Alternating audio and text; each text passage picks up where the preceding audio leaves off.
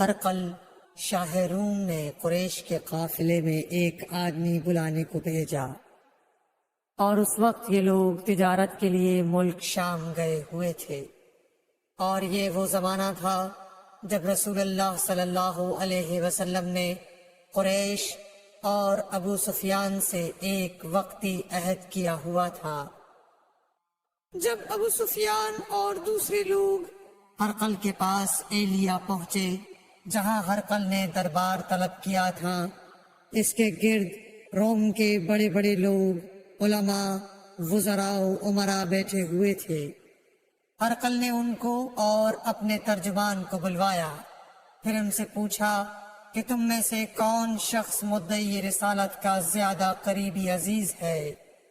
ابو سفیان کہتے ہیں کہ میں بول اٹھا کہ میں اس کا سب سے زیادہ قریبی رشتہ دار ہوں۔ یہ سن کر ہرقل نے حکم دیا کہ اس ابو سفیان کو میرے قریب لا کر بٹھاؤ اور اس کے ساتھیوں کو اس کی پیٹھ کے پیچھے بٹھا دو۔ پھر اپنے ترجمان سے کہا کہ ان لوگوں سے کہہ دو کہ میں ابو سفیان سے اس شخص یعنی محمد صلی اللہ علیہ وسلم کے حالات پوچھتا ہوں، اگر یہ مجھ سے کسی بات میں جھوٹ بول دے تو تم اس کا جھوٹ ظاہر کر دینا۔ ابو سفیان کا قول ہے کہ خدا کی قسم اگر مجھے یہ غیرت نہ آتی کہ یہ لوگ مجھ کو جھٹلائیں گے تو میں آپ صلی اللہ علیہ وسلم کی نسبت ضرور غلط گوئی سے کام لیتا۔ خیر، پہلی بات جو ہرقل نے مجھ سے پوچھی وہ یہ کہ اس شخص کا خاندان تم لوگوں میں کیسا ہے؟ میں نے کہا وہ تو بڑے اونچے عالی نسب والے ہیں۔ کہنے لگا اس سے پہلے بھی کسی نے تم لوگوں میں ایسی بات کہی تھی؟ میں نے کہا نہیں۔ کہنے لگا اچھا اس کے بڑوں میں کوئی بادشاہ ہوا ہے؟ میں نے کہا نہیں۔ پھر اس نے کہا بڑے لوگوں نے اس کی پیروی اختیار کی ہے یا کمزوروں نے؟ میں نے کہا نہیں، کمزوروں نے۔ پھر کہنے لگا اس کے تابع دار روز بڑھتے جاتے ہیں یا کوئی ساتھی پھر بھی جاتا ہے؟ میں نے کہا نہیں۔ کہنے لگا کیا اپنے اس دعوی نبوت سے پہلے کبھی کسی بھی موقع پر اس نے جھوٹ بولا ہے؟ میں نے کہا نہیں، اور اب ہماری اس سے صلح کی ایک مقررہ مدت ٹھہری ہوئی ہے، معلوم نہیں وہ اس میں کیا کرنے والا ہے۔ ابو سفیان کہتے ہیں میں اس بات کے سوا اور کوئی جھوٹ اس گفتگو میں شامل نہ کر سکا۔ ہرقل نے کہا کیا تمہاری اس سے کبھی لڑائی بھی ہوئی ہے؟ ہم نے کہا کہ ہاں۔ بولا پھر تمہاری اور اس کی جنگ کا کیا حال ہوتا ہے؟ میں نے کہا لڑائی ڈول کی طرح ہے، کبھی وہ ہم سے میدان جنگ جیت لیتے ہیں اور کبھی ہم ان سے جیت لیتے ہیں۔ ہرقل نے پوچھا وہ تمہیں کس بات کا حکم دیتا ہے؟ میں نے کہا وہ کہتا ہے کہ صرف ایک اللہ ہی کی عبادت کرو، اس کا کسی کو شریک نہ بناؤ، اور اپنے باپ دادا کی شرک کی باتیں چھوڑ دو، اور ہمیں نماز پڑھنے، سچ بولنے، پرہیزگاری اور صلہ رحمی کا حکم دیتا ہے۔ یہ سب سن کر پھر ہرقل نے اپنے ترجمان سے کہا کہ ابو سفیان سے کہہ دے کہ میں نے تم سے اس کا نسب پوچھا تو تم نے کہا کہ وہ ہم سے عالی نسب ہے، اور پیغمبر اپنی قوم میں عالی نسب ہی بھیجے جایا کرتے ہیں۔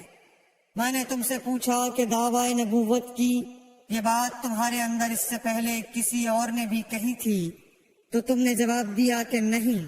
تب میں نے اپنے دل میں کہا کہ اگر یہ بات اس سے پہلے کسی اور نے کہی ہوتی تو میں سمجھتا کہ اس شخص نے بھی اسی بات کی تقلید کی ہے جو پہلے کہی جا چکی ہے۔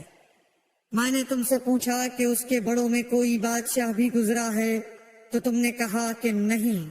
تو میں نے دل میں کہا کہ ان کے بزرگوں میں سے کوئی بادشاہ ہوا ہوگا تو کہہ دوں گا کہ وہ شخص اس بہانے اپنے آباء و اجداد کی بادشاہت اور ان کا ملک دوبارہ حاصل کرنا چاہتا ہے۔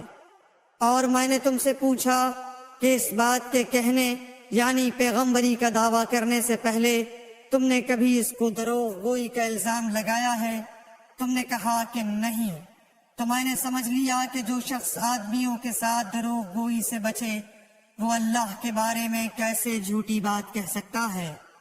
اور میں نے تم سے پوچھا کہ بڑے لوگ اس کے پیرو ہوتے ہیں یا کمزور آدمی؟ تم نے کہا کمزوروں نے اس کی اتباع کی ہے۔ تو دراصل یہی لوگ پیغمبروں کے متبعین ہوتے ہیں۔ اور میں نے تم سے پوچھا کہ اس کے ساتھی بڑھ رہے ہیں یا کم ہو رہے ہیں؟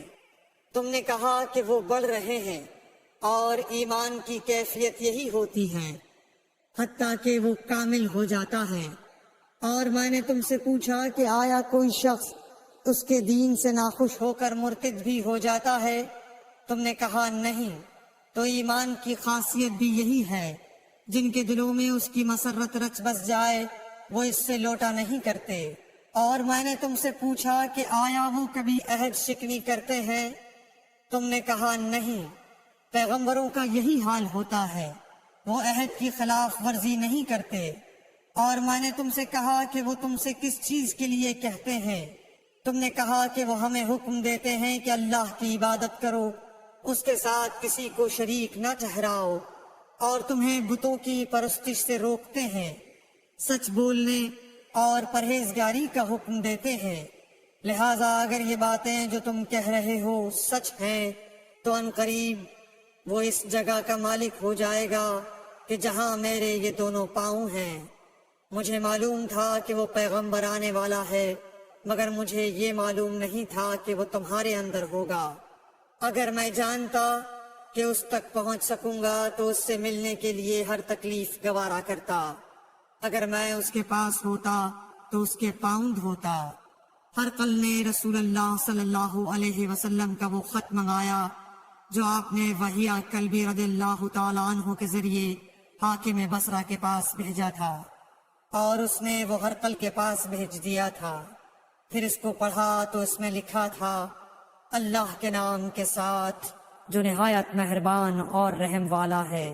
اللہ کے بندے اور اس کے پیغمبر محمد صلی اللہ علیہ وسلم کی طرف سے یہ خط ہے شاہ روم کے لیے۔ اس شخص پر سلام ہو جو ہدایت کی پیروی کرے۔ اس کے بعد میں آپ کے سامنے دعوت اسلام پیش کرتا ہوں۔ اگر آپ اسلام لے آئیں گے تو دین و دنیا میں سلامتی نصیب ہوگی، اللہ آپ کو دوہرا ثواب دے گا۔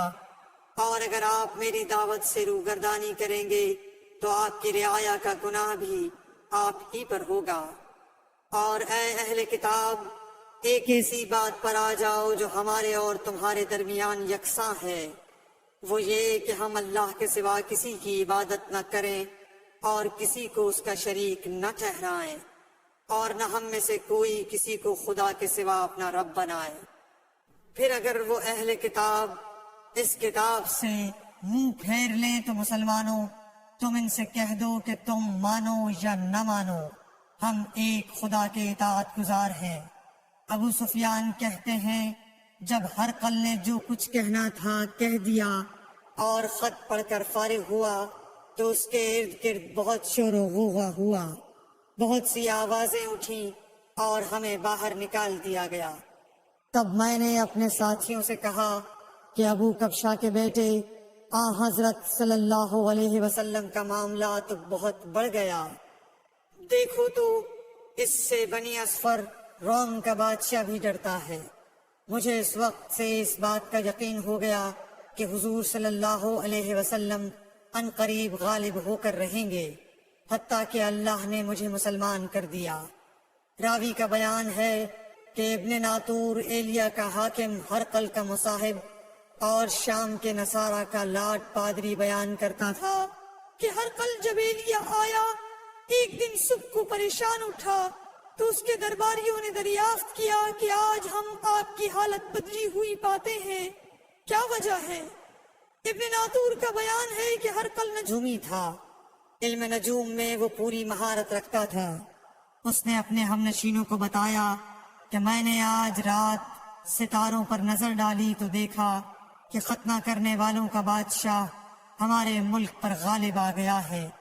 بھلا اس زمانے میں کون لوگ ختنہ کرتے ہیں؟ انہوں نے کہا کہ یہود کے سوا کوئی ختنہ نہیں کرتا، سو ان کی وجہ سے پریشان نہ ہو۔ سلطنت کے تمام شہروں میں یہ حکم لکھ بھیجیے کہ وہاں جتنے یہودی ہوں سب قتل کر دیے جائیں، وہ لوگ انہی باتوں میں مشغول تھے کہ ہرقل کے پاس ایک آدمی لایا گیا جسے شاہ غسان نے بھیجا تھا۔ اس نے رسول اللہ صلی اللہ علیہ وسلم کے حالات بیان کیے۔ جب ہرقل نے سارے حالات سن لیے تو کہا کہ جا کر دیکھو وہ ختنہ کیے ہوئے ہے یا نہیں۔ انہوں نے اسے دیکھا تو بتلایا کہ وہ ختنہ کیا ہوا ہے۔ ہرقل نے جب اس شخص سے عرب کے بارے میں پوچھا تو اس نے بتلایا کہ وہ ختنہ کرتے ہیں۔ تب ہرقل نے کہا کہ یہی محمد صلی اللہ علیہ وسلم اس امت کے بادشاہ ہیں جو پیدا ہو چکے ہیں۔ پھر اس نے اپنے ایک دوست کو رومیہ خط لکھا اور وہ بھی علم نجوم میں ہرقل کی طرح ماہر تھا۔ پھر وہاں سے ہرقل حمص چلا گیا۔ ابھی حمص سے نکلا نہیں تھا کہ اس کے دوست کا خط اس کے جواب میں آ گیا۔ اس کی رائے بھی حضور صلی اللہ علیہ وسلم کے ظہور کے بارے میں ہرقل کے موافق تھی کہ محمد صلی اللہ علیہ وسلم واقعی پیغمبر ہیں۔ اس کے بعد ہرقل نے روم کے بڑے آدمیوں کو اپنے حمص کے محل میں طلب کیا اور اس کے حکم سے محل کے دروازے بند کر لیے گئے۔ پھر وہ اپنے خاص محل سے باہر آیا اور کہا، اے روم والو، کیا ہدایت اور کامیابی میں کچھ حصہ تمہارے لیے بھی ہے؟ اگر تم اپنی سلطنت کی بقا چاہتے ہو تو پھر اس نبی صلی اللہ علیہ وسلم کی بیعت کر لو اور مسلمان ہو جاؤ۔ یہ سننا تھا کہ پھر لوگ وحشی گدھوں کی طرح دروازوں کی طرف دوڑے، مگر انہیں بند پایا۔ آخر جب ہرقل نے اس بات سے ان کی یہ نفرت دیکھی اور ان کے ایمان لانے سے مایوس ہو گیا تو کہنے لگا کہ ان لوگوں کو میرے پاس لاؤ۔ جب وہ دوبارہ آئے تو اس نے کہا، میں نے جو بات کہی تھی اس سے تمہاری دینی پختگی کی آزمائش مقصود تھی، سو وہ میں نے دیکھ لی۔ تب یہ بات سن کر وہ سب کے سب اس کے سامنے سجدے میں گر پڑے اور اس سے خوش ہو گئے۔ بالآخر ہرقل کی آخری حالت یہی رہی۔ صحیح بخاری حدیث نمبر 7۔